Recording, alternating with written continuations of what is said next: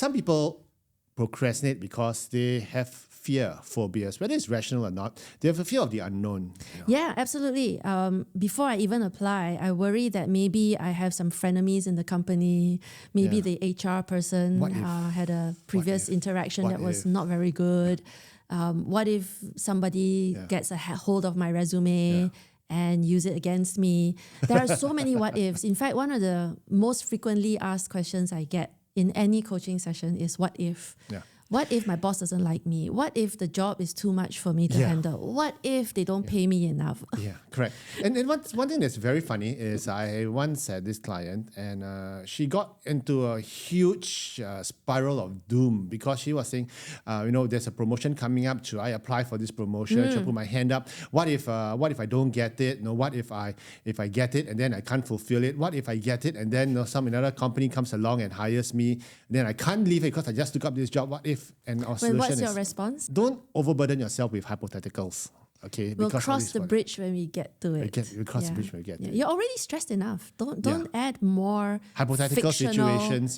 Fictional and a lot of stress. times it's irrational fears, which you're letting your mind go run all over the place. So sometimes people do procrastinate because of the fear of the unknown, which paralyzes them, and they just seize up and paralyzed by fear. Yeah. Like a deer caught in the headlights. Yeah. That's why people talk to us, because you have to have a soundboard. You want to have someone objective to sort of check against, your ideas and whether or not you're rational, whether it makes sense.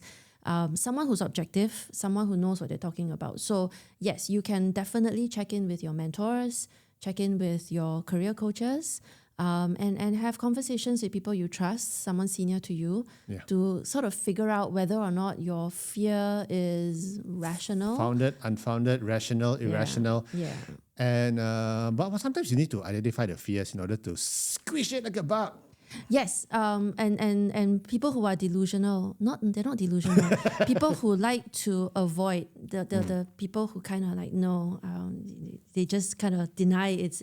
They're all. And I have to be quite politically incorrect at this point in time, as always, because this show is politically incorrect. Sometimes your irrational fears are just excuses for not doing it. Okay, so for example, I know this individual, he didn't want to apply for this job at a bank, a global bank, because he said, they bank a lot of foreigners.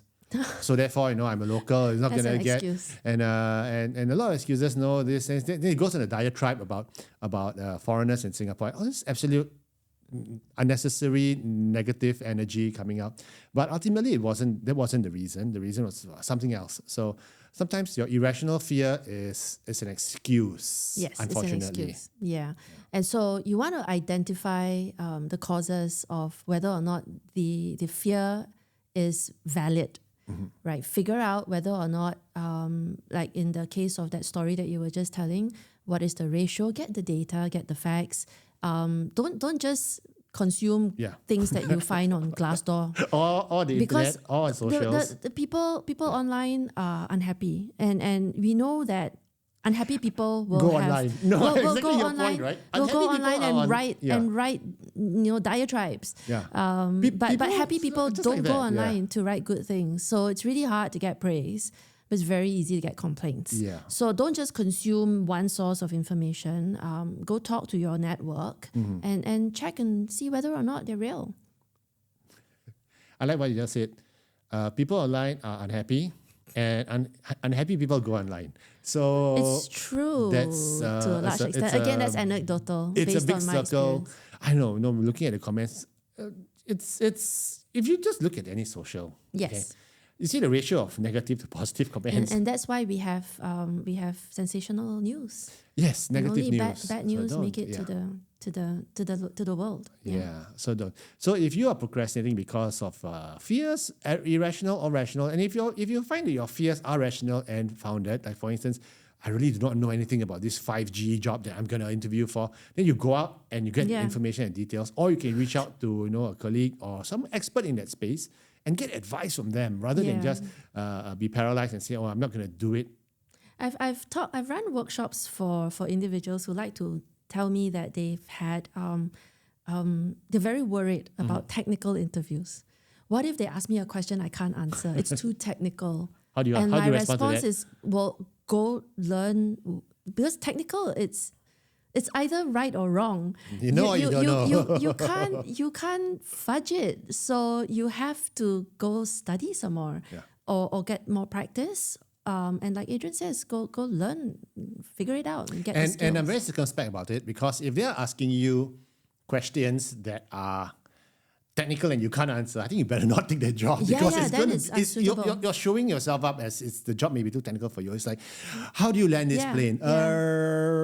Press button A and then scroll down to help. But F1. You can't do that, right? So you better not be a pilot. Don't interview for that job, because you're obviously not qualified for it. That's true. So get help, get skilled up, get practice. But for everything else, there are transferable skills. True. And so, communication skills and managing stakeholders, writing reports and finishing the projects on time. Those don't need too much. I wouldn't worry too much. So and focus on what you have rather than what you don't have. And don't be in denial. Just That's very true. That's a nice one. Okay, and of course, if you have any questions about all these, just drop us an email, info@careeragility.org. We're always happy to help you out with any of your questions you might have. Yeah, and you can also like and subscribe and put comments in this video, and we'll be happy to respond as well. True.